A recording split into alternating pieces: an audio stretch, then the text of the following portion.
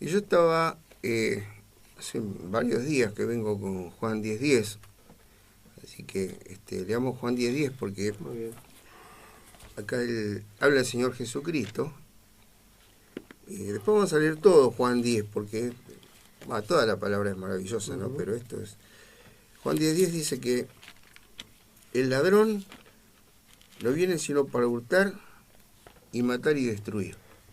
Yo, dice el Señor Jesucristo, he venido para que tengan vida y para que la tengan en abundancia. Acá el Señor Jesucristo se diferencia claramente del ladrón. Dice que el ladrón no viene sino para hurtar y matar y destruir. Hurtar no es robar. Claro. Hurtar es sustraer algo sin que la persona involucrada se dé cuenta. O sea, nosotros conocemos el viejo carterista que trabaja en los colectivos de capital, que le sacan la billetera al hombre, le abren la cartera a la mujer y nunca se dieron cuenta. Se dan cuenta cuando se bajaron y van a buscar la billetera que no está. Bueno, no se dio cuenta, se la hurtó. Esto es lo que hace el ladrón. ¿Y qué es lo que hurta el ladrón? Otra pregunta, ¿no? Vamos a ver entonces, me llamó la atención esto, de que dice que él vino para que tenga vida. Él no hablaba con gente que tenía vida, obviamente. Claro. Entonces, ¿de qué clase de vida está hablando el Señor Jesucristo cuando dice, yo vine para que tengan vida? Si ellos la tenían. Bueno, en Levítico dice que la vida de la carne está en la sangre, ¿no es cierto? Esto es Levítico 17:11. Dice, porque la vida de la carne en la sangre está. Y yo os la he dado para hacer expiación sobre el altar por vuestras almas. Y la misma sangre hará expiación de la persona.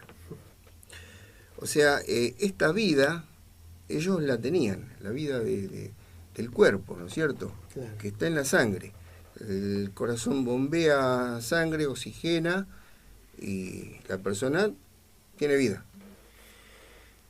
Pero vemos que hay diferentes clases de vida, digámosle, porque yo siempre pongo el ejemplo del bebé. El bebé nació y, obvio, tiene vida. Es un bebé rosadito que llora y, bueno, cuando abre sus pulmones. Pero nadie se acuerda cómo fue el día que nació, porque todavía no teníamos la otra clase de vida que está expresada acá, donde dice en Proverbios 23:7. También habla de vida, pero no es la vida que está en la carne. Dice, porque cuál es su pensamiento en su corazón, tal es él, come y bebe te dirá, mas su corazón no está contigo. Claro, ¿de qué corazón está hablando acá, no es cierto? Es el corazón de la mente. Así es. Porque si él es tal como es su corazón, y dice, tenemos que cuidar nuestro corazón. Dice Proverbios 4:23, estamos en el mismo, que sobre toda cosa guardada, guarda tu corazón. ¿Pero por qué dice? Bueno, volviendo, no es el corazón que bombea sangre este corazón. Claro. Es una figura que habla de lo más íntimo que tiene una persona en sus pensamientos. Y dice que guardemos ese corazón porque de él mana la vida. La vida, exactamente. Y esta no es la vida de Levítico. La mente es el manantial de donde fluye la conducta. Decía el Eclesiastés, que controla la fuente y controlarás lo que fluye de ella. Salomón decía esto, por eso decía, sobre toda cosa guardada. Acá el corazón es sinónimo de mente, ¿no es cierto? Así es. Vamos a ver un ejemplo en Santiago 1, habla del corazón de la mente, y estas personas a las que el Señor Jesucristo les hablaba, también tenían esta vida, tenían sus propios pensamientos, ¿no? Santiago 1, 13 y 14. Bueno. Dice Santiago, que cuando alguno es tentado, no diga que esté tentado de parte de Dios, o sea, esto de que No, son pruebas que el Señor te manda, escuchamos muchas veces. Quedémonos tranquilos porque Dios no nos va a poner a prueba. No nos va a tentar con nada porque Él quiere que vivamos una vida abundante. Ya la vamos a ver cómo es lo de la vida abundante. Cuando alguien es tentado, no diga que es tentado de parte de Dios. Dice, porque Dios no puede ser tentado por el mal, ni Él tienta a nadie. Esto está más que claro. Acá, qué sé yo, acá no hay que ir ni al griego, ni al arameo. Y el 13 dice que cuando alguno es tentado, bueno, el 14, dice, entonces si Dios no lo tienta, porque Dios no puede tentar a nadie, el 14 dice, sino que cada uno es tentado cuando de su propia concupiscencia es atraído y seducido. Y esta palabra concupiscencia es lo que tiene que ver con la mente, ¿no es cierto? ¿Cómo es? La persona en su mente se va yendo cada vez más, porque dice que va elaborando pensamientos. Seducido y atraído, porque hay ideas que son muy buenas, pero lo que nos tenemos que preguntar es si está buena la idea, pero ¿es lo que dice Dios? Porque vemos muchos relatos en la palabra de Dios. Por ejemplo, el rey Saúl tuvo ideas maravillosas, pero Samuel le dijo, mirá, presta atención. ¿A qué tenía que prestar atención? A lo que Dios le dice.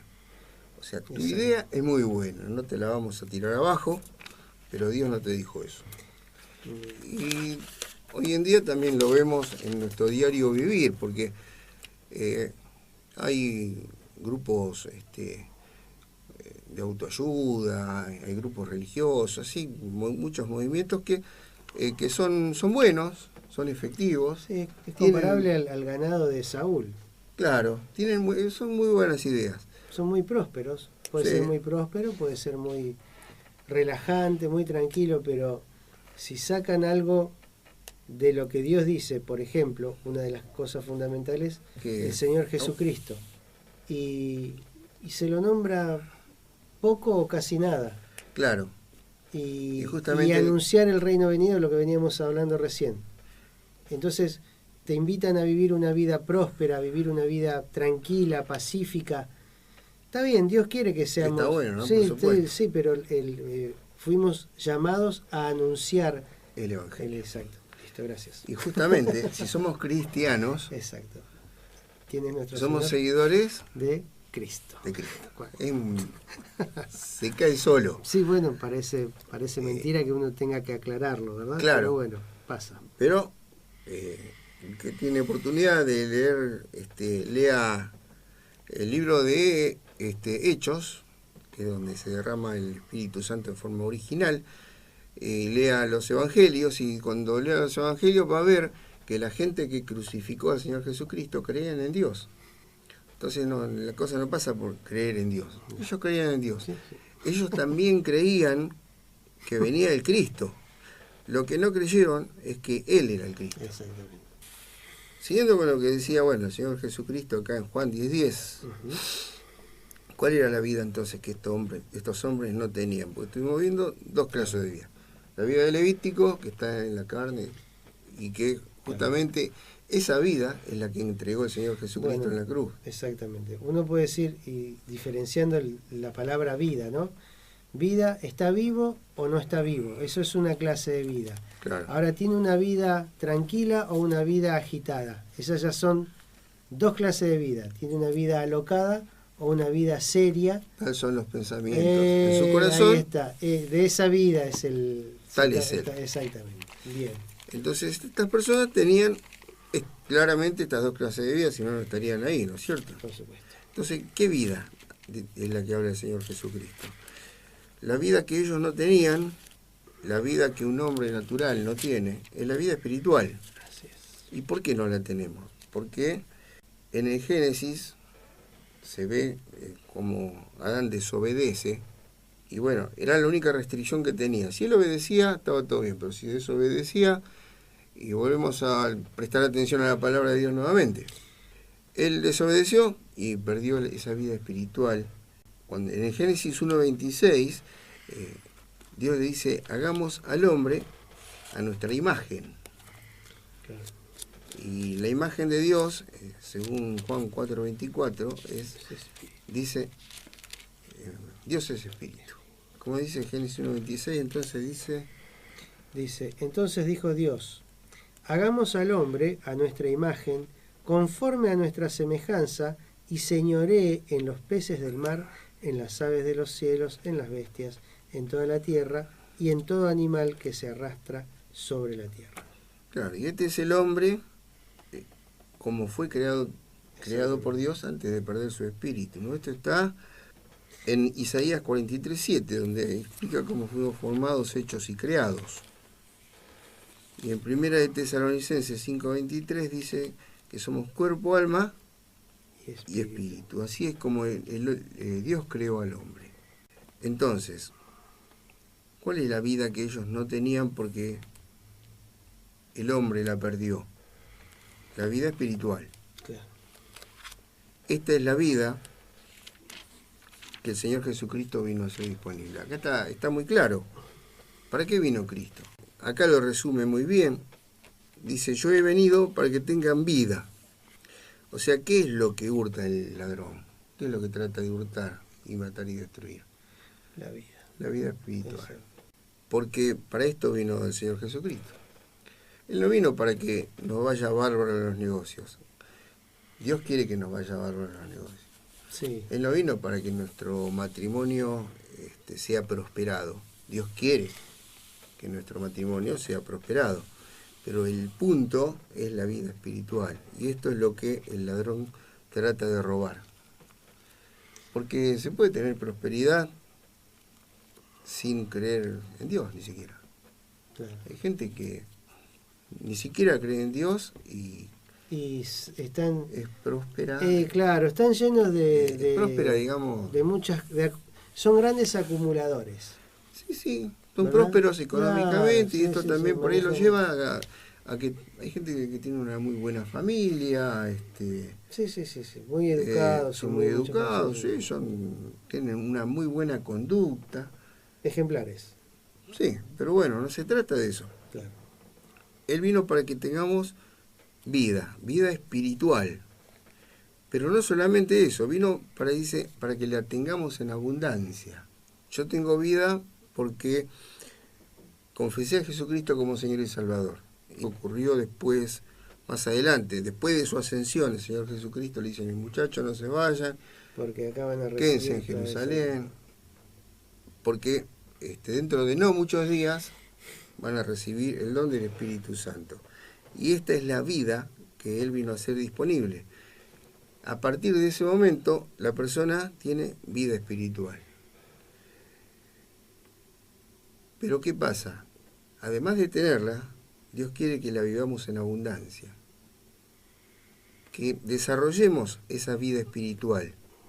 Que no la tengamos como, yo compro un auto y lo guardo en el garaje y lo cuido tanto cuando lo saco. Nunca. Y lo tengo. Y ya está. Y después vos te dormiste y ya está. No lo usaste. Quedó ahí. Y quedó ahí. Y bueno, no se aprovechó. No, Dios quiere que esta vida sea abundante, que la vivamos a pleno. Así es. Y esto es algo que tenemos que hacer nosotros. Esto no se trata de orarle a Dios para que... No, hay que hacerlo. Hay que orar a Dios. Dios quiere que oremos. Así es. Pero hay cosas que las tenemos que hacer nosotros. Y bueno, en este contexto yo quiero que leamos juntos Juan 10, porque es maravilloso todo lo que enseña el Señor Jesucristo acá, ¿no? Él le había abierto los ojos a un hombre, y bueno, este hombre había creído. Él le dijo, ¿crees tú en el Hijo de Dios? En Juan 9:35. Después que hizo este milagro, lo enfrenta a este hombre y dice, ¿crees tú en el Hijo de Dios? ¿Vos crees en el Hijo de Dios, che? Entonces él le dijo, ¿quién es, Señor, para que crea en él? Sí, pero ¿quién es? Claro, preguntar. O sea, no lo sabía. Fue muy prudente en preguntar, ¿no? Entonces el Señor Jesús le dice, Bueno, pues le has visto y el que habla contigo, él es. Yo soy. Se presentó. Acá está. Ahí está. Él le dijo, creo, Señor. Claro. Y le adoró. Y lo adoró. Y dijo Jesús, para juicio he venido yo a este mundo, para que los que no ven, vean. Y los que ven, sean cegados. Entonces algunos de los fariseos que estaban con él, estos fariseos también creían en Dios, y eran religiosos. Sí, sí. Al oír esto le dijeron, ¿acaso nosotros somos también ciegos? Ahí está. Bueno, el Señor Jesucristo hablaba con este hombre que había estado ciego y estos tipos se engancharon mal porque se ve que no les gustó. Dice que nosotros también somos ciegos. Entonces Jesús les respondió, si fueran ciegos no tendrían pecado. Claro, Mas ahora, porque decís vemos, vuestro pecado permanece. Si ustedes no supieran nada, porque no estaba hablando de una ceguera física. Estaba hablando de ignorar a sabiendas, es decir, por deseo y decisión propia de ignorarlo. Seguro. Y otra cosa es ignorar de no saber. Este hombre, el anterior, no sabía. No tenía conocimiento. Una vez que supo, fue humilde y dijo, listo, Señor, ya está. Creo. Ahí está, perfecto. Y ellos no, viendo, no lo reconocieron y no le dieron crédito. Ese fue su mayor problema. Uno puede saberlo y también ignorarlo. Exactamente. ¿No? Como dice en 1 Corintios 12, dice Pablo, no quiero, hermanos, que ignoréis los asuntos espirituales. Si lo leemos, lo entendemos, pero él quiere que no lo ignoremos. Volviendo a Juan 10:10, que lo vivamos en abundancia. Así es. Bueno, 10:1 dice, de cierto les digo, dice el Señor Jesucristo, y de cierto digo, hoy en día para nosotros, digo, mirá, te lo digo posta. Claro, la verdad, esta es la... El que no entra por la puerta en el redil de las ovejas, sino que sube por otra parte, ese es ladrón y salteador. El redil es un corral, ¿no? Ahí están todas las ovejas. Mas el que entra por la puerta, el pastor de las ovejas es. A este abre el portero, y las ovejas oyen su voz, y a sus ovejas llama por nombre y las saca. Y cuando ha sacado afuera todas las propias, va delante de ellas, y las ovejas le siguen, porque conocen su voz. Este es hermoso. Mas al extraño no seguirán, sino que huirán de él, porque no conocen la voz de los extraños. Esta alegoría les dijo Jesús, pero ellos no entendieron qué era lo que les decía. Volvió pues Jesús a decirles, de cierto os digo, yo soy la puerta de las ovejas. Está más que claro, ¿no? Así es. La puerta, volviendo, es Cristo. Es Cristo, se acabó. Dice, todos los que antes de mí vinieron, ladrones son y salteadores, pero no lo oyeron las ovejas. O sea, había otros, ¿no es cierto? Yo soy la puerta. Porque si no quedó claro, sí. El que por mí entrare será salvo. ¿No? Romanos 10:9-10. Exacto. Si confesares que Jesús es el Señor y creéis de corazón que Dios lo levantó de los muertos, serás salvo. Y él dice, yo soy la puerta, que por mí entrare será salvo. Y entrará y saldrá y hallará pastos. Y ahí dice, el ladrón no viene sino para hurtar y matar y destruir. Yo he venido para que tengan vida y para que la vivan en abundancia, podemos decir. Yo soy el buen pastor. El buen pastor su vida da por las ovejas. Mas el asalariado, y que no es el pastor, de quien no son propias las ovejas, o sea, el que tiene un sueldo y le pagan, ve venir al lobo y deja las ovejas y huye. Sí. ¿No? Soldado que huye sirve para otra guerra. Y el lobo arrebata las ovejas y las dispersa. Así que el asalariado huye, porque es asalariado, y no le importan las ovejas, le importa el sueldo. Yo, dice el Señor Jesucristo, soy el buen pastor, y conozco mis ovejas, y las mías me conocen. Así como el Padre me conoce, y yo conozco al Padre, y pongo mi vida por las ovejas. también tengo otras ovejas que no son de este redil. Después vamos a ver cómo estas otras ovejas eran los gentiles, ¿no? Porque recordemos que el Señor Jesucristo claramente dice en los evangelios que Él vino a las ovejas perdidas de la casa de Israel. Él era el rey de los judíos. O sea, acá los judíos se ponían anchos, ¿no? Somos nosotros. Por eso, sí, el pueblo de Dios, claro, desde siempre, desde Abraham.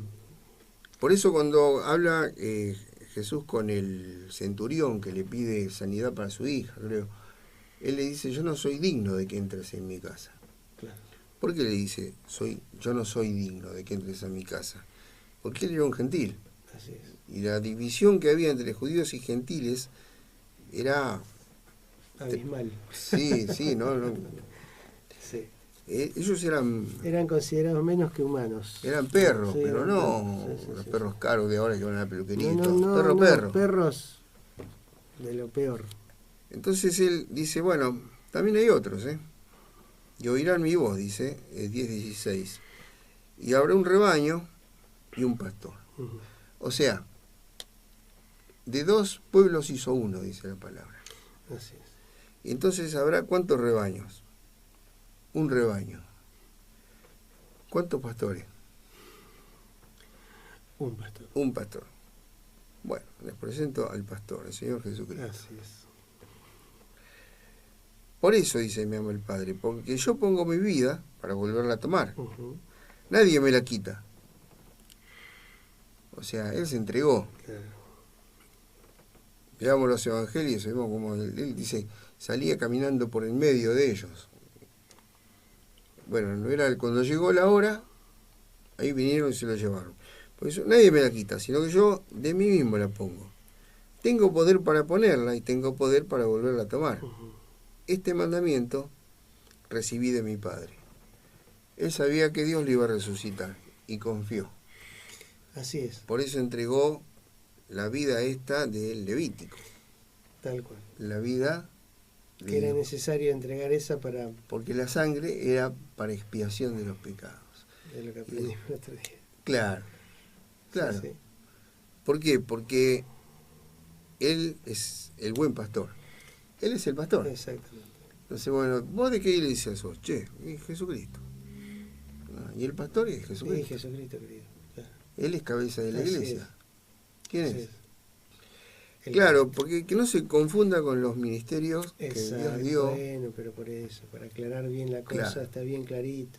Uno puede pastorear a una persona, uno puede ser un apóstol trayendo nueva luz, Sí.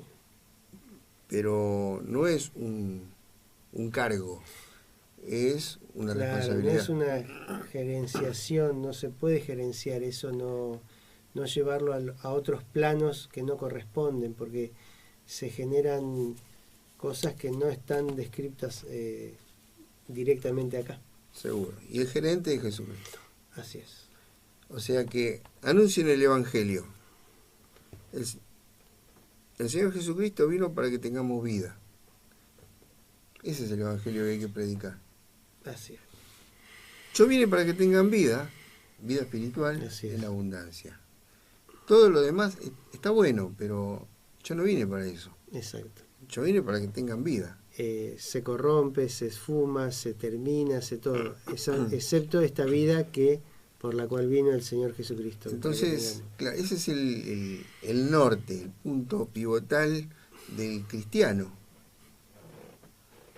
Entonces vemos después, leemos las epístolas y vemos la carta a los romanos, fue la primera carta escrita a la iglesia, y seguidamente ya vemos otras epístolas escritas a los Corintios, a los Gálatas, donde ya Pablo tuvo que empezar a corregir. Claro. Porque ya empezó a haber desvíos. Porque al ser humano le cuesta mucho, nos cuesta mucho, cambiar algunos patrones de hábitos y el corazón de la mente. Por eso Dios nos pide constantemente que renovemos la mente. Así es. Y que la renovemos a la palabra de Dios, porque uno puede renovarla de muchas formas también, sí, ¿no? Pero, ¿para qué que la renovemos? Para que seamos más como Cristo, dice la palabra. Y siempre volvemos a Cristo. Siempre volvemos a la cabeza de la iglesia, ¿no es cierto? Uh-huh. Por eso es importante no perder este punto. La vida en abundancia muchas veces se entendió que era vida abundante, claro, de cosas que tenés, de cosas que podés palpar, de que cosas que acumulás, y nada que ver, nada que ver. Vida espiritual. Exactamente, abundante, espiritualmente abundante. Y que la vivamos mucho. Y sí. Tenemos habilidades espirituales para desarrollar. ¿Y en función de qué? Para que nos sintamos bien, para que la pasemos, no, para ver cuánto poder nos ha dado, para que juguemos con ese poder, no, es para anunciar el reino venidero. Para anunciar el reino. Exactamente, es para eso que tenemos esa vida abundante, ese espíritu y todo el poder que Dios nos ha dado en Cristo Jesús para poder trabajar, para poder ser servidores, no para ser servidos y ser servidos todo el tiempo. No, al contrario, nosotros somos servidores. Uno lee el Antiguo Testamento y los profetas, el profeta Samuel, por ejemplo, cómo se movía él con Dios. Y ellos, nosotros muchas veces escucho así, no, nosotros estamos en una mejor posición porque hoy en día tenemos Espíritu Santo, y es cierto. Uh-huh.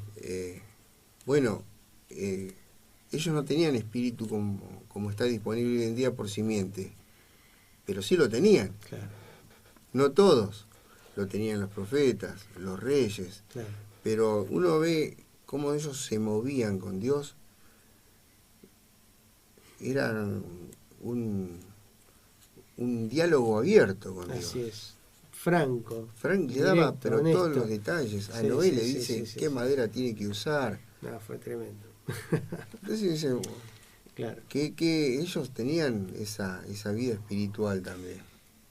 Claro, y ellos de alguna forma, y no que hoy no suceda, lo aprovechaban y lo creían principalmente. Eran creyentes, en ese momento no estaba Cristo, pero eran creyentes a Jehová. Hoy somos creyentes a Jehová por medio de Cristo. Claro. Entonces, si nosotros nos relajáramos un poco más, es decir, nos tranquilizáramos un poco más, bajáramos, como nos recomienda la misma palabra, nuestras ansiedades, bajáramos nuestra vida de carne, y no que esté mal la vida de carne, porque uno tiene que tener un orden, pero no darle la prioridad que se le da.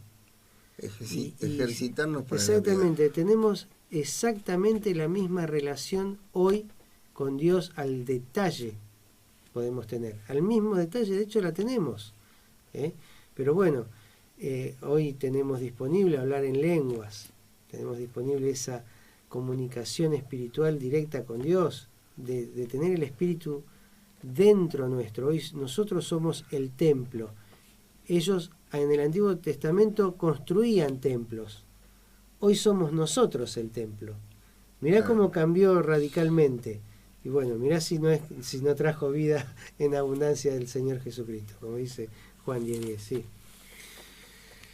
Por eso es importante que cuando leemos el pasaje de yo he venido para que tengan vida y para que la tengan en abundancia, entendamos de qué se está tratando, de qué es lo que dijo el Señor Jesucristo, porque esa es la vida que ni siquiera es esta, sino que la que está por venir, la que viene también incluye, porque hasta ese momento todavía no estaba disponible y se hizo disponible después de que, vino el Cristo y ya restauraba la relación, y a partir de ahí venía la nueva promesa, como ahora está la promesa del advenimiento, ¿no? del Señor Jesucristo. Exactamente.